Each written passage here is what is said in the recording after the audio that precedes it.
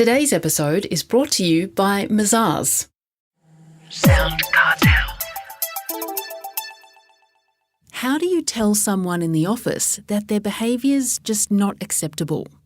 Perhaps they're constantly annoying other colleagues, or they're telling smutty or offensive jokes. Or maybe there's a body odour issue that's on everyone else's nose, but not their own.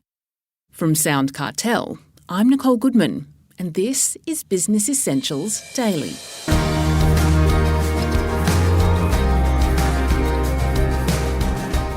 How do you tap someone on the shoulder and have those more difficult and awkward conversations? For answers, we turn to Karen Gately, author and advisor on human performance and leadership and CEO of HR consultancy Corporate Dojo. Karen tells Chris Ashmore that often it's tougher to talk about poor behaviour than poor performance.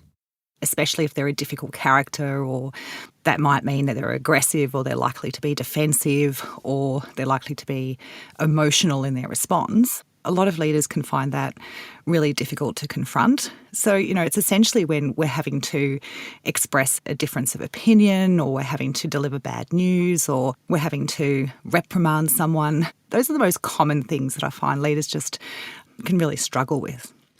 Is there anything you need to do beforehand to prepare for a difficult conversation? Yeah, look, I think it's essential. Part of the reason why conversations don't go well is because we're unprepared. So, I think it starts with really reflecting on, what do I want to get out of this conversation? So in other words, what's the purpose of the conversation? What does success look like? So sometimes that might be around, I just want to plant the seed. I just want to start to build awareness, or I really need to make sure that this person is signing up to an agreement to behave in a different way, for example. So being really clear around what's the value of the conversation? So sometimes that can be, well, if I have this conversation, then I'm giving the person fair and reasonable opportunity to understand their reality, and armed with that honest insight, then they're going to be in a position to do things differently, and fundamentally they're going to be in a position to potentially save their job, for example, if we're talking about poor performance.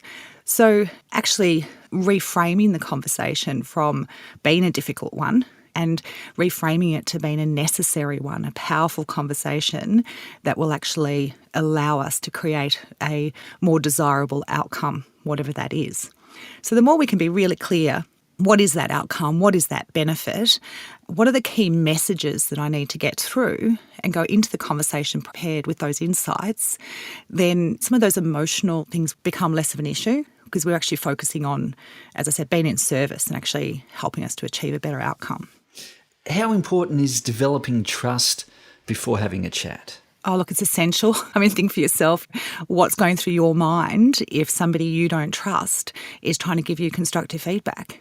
Some of the polite versions of what might be going through your mind is, well, what do you know? Or that's not true? Or why would I listen to you? Or where are you coming from? What's your real agenda? And again, the list can go on. But the window of opportunity to influence someone is unquestionably broader or bigger if the person is willing to hear us. So our ability to influence someone comes down to their willingness to let us. And that willingness is built on that foundation of trust and respect in the relationship. Now, emotions can get out of hand when we have a sensitive conversation. How do you suggest people handle their emotions? Look, I think, as we were saying before, being prepared is definitely a big part of that. So we've framed the conversation in a positive way, so this conversation is worth having. But then it's also about, for example, being comfortable with discomfort. So when we're in the conversation, our adrenaline is pumping and our heart rate's racing away, that we actually just recognise that as a natural reaction that our body's having, and fundamentally ignore that. So just breathing through that and staying in the moment. And then it's also about making a commitment to yourself that if I do start to become emotionally charged, that I will take a breath. So, for example, there might be moments where you're personally offended, you're taken aback by something that someone has said. It's choosing before you even go into the meeting that in that moment, if that's going to happen, then I'm just going to choose to depersonalise the situation. And sometimes that might include choosing to actually take a break or say, look, we're obviously both getting to a point where this isn't helpful. Why don't we, just take a break and we'll regroup and continue the conversation when we're both ready to. So clearly it depends on the circumstances, but it's about recognising that if your own emotions are going to get in the way, then you're going to undermine the benefits that you set out to achieve. Now, the words we use, I'd assume, would be important. Are there any words we should use and words that we should avoid? Yeah, look, I think some of the ones to avoid are words that are very much about accusing or blaming. So things like "you should know better," for example, is a statement that doesn't actually add value. And the way we could, for example, rephrase that to focus on us, my hope would be that we wouldn't be in this situation. My hope is that we would have got to a stronger point of clarity around what is expected. So if I'm talking about my expectations or my hopes or the job's requirements are, what I'm doing is actually depersonalising that conversation as opposed to saying, you are at fault, you are not fundamentally a good enough human. So the less we can be critical of the person and actually focus in on the behaviour or the performance outcome or the situation, the more likely the person is going to remain in the conversation with you and therefore hear what you're trying to say and ultimately achieve what they need to.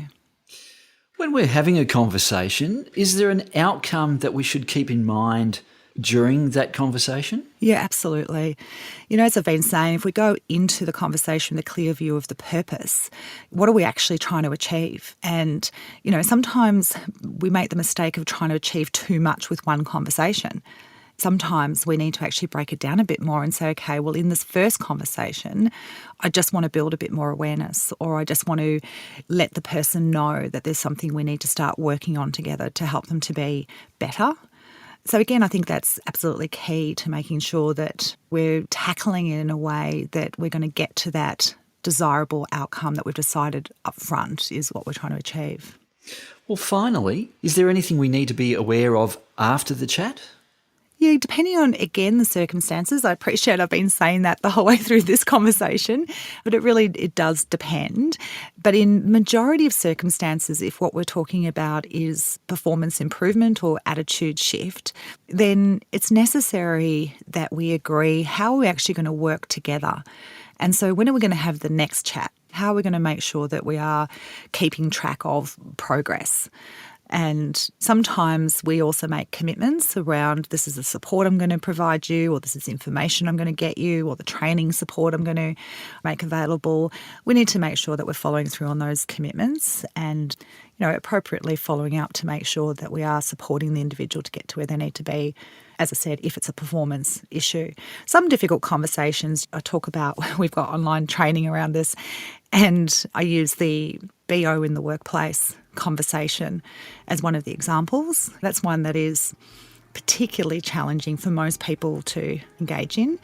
And certainly, in most instances, not a need to have a follow-up chat about body odour, unless, of course, it's a continuing issue. So it does depend, but if you've made a commitment or you've set an expectation around things being different, then clearly you need to follow up. That was Corporate Dojo CEO Karen Gately.